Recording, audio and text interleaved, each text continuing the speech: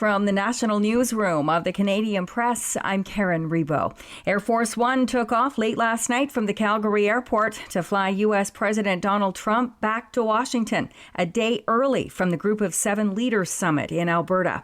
Trump spent just one day at the Rocky Mountain venue of Kananaskis. He told reporters during a group photo at the picturesque site that it had been a good meeting, and he thanked host Prime Minister Mark Carney, but he said he had to get back to the White House because of the escalating conflict in the Middle East.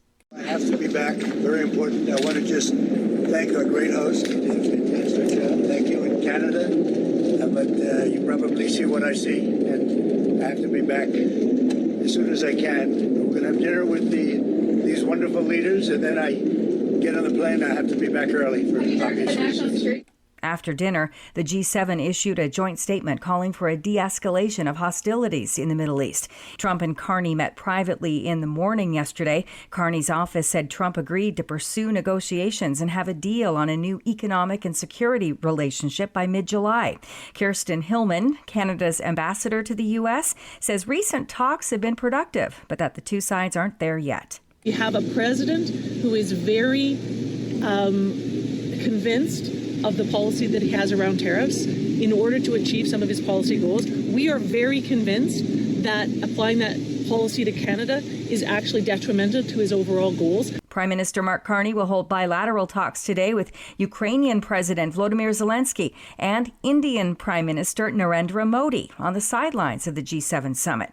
Neither country is a member of the G7, but their leaders were invited, along with a few others, to discuss some pressing foreign policy issues. In Calgary, 6 plan to continue their protests condemning the visiting Indian Prime Minister. Sikhs for Justice had already held nearly a full day of protests when Modi landed at the Calgary International Airport last night. The group's campaign includes posters of Modi handcuffed in a prison jumpsuit and another of him behind bars with a message that he'd killed a Canadian citizen. Group spokesman Bakshish Singh Sandhu hopes the G7 leaders put pressure on the Indian leader to take responsibility. Bill Graveland, The Canadian Press, Calgary. Some high school students whose graduation plans have been thwarted by wildfire evacuations still got a chance this week to walk across the stage. The Winnipeg School Division hosted an honoring ceremony for its Indigenous grade 12 students and decided to open it up to grads forced out of their northern homes by out-of-control blazes. Parker Ledoux had to leave her place in Creighton, Saskatchewan last month after an encroaching wildfire forced 1,200 people out. The 17-year-old says she's thankful to celebrate in some way. I'm grateful that they thought of us evacuees today, and it's just a really cool experience. I'm happy to be here. This is the Canadian Press. In sports, the Edmonton Oilers have themselves a do-or-die game tonight when they look to avoid elimination in the Stanley Cup Final. The defending champion Panthers could win back-to-back NHL championships with a Game 6 victory tonight in Sunrise, Florida. If the Oilers win, Game 7 would go Friday in Edmonton. In the NBA Finals, Hamilton's Shai Gilgeous-Alexander had 31 points to lift the Oklahoma City Thunder over the Indiana Pacers for a 3-2 lead in that series. The Toronto Blue Jays had last night off. They'll open up home series with the Arizona Diamondbacks tonight.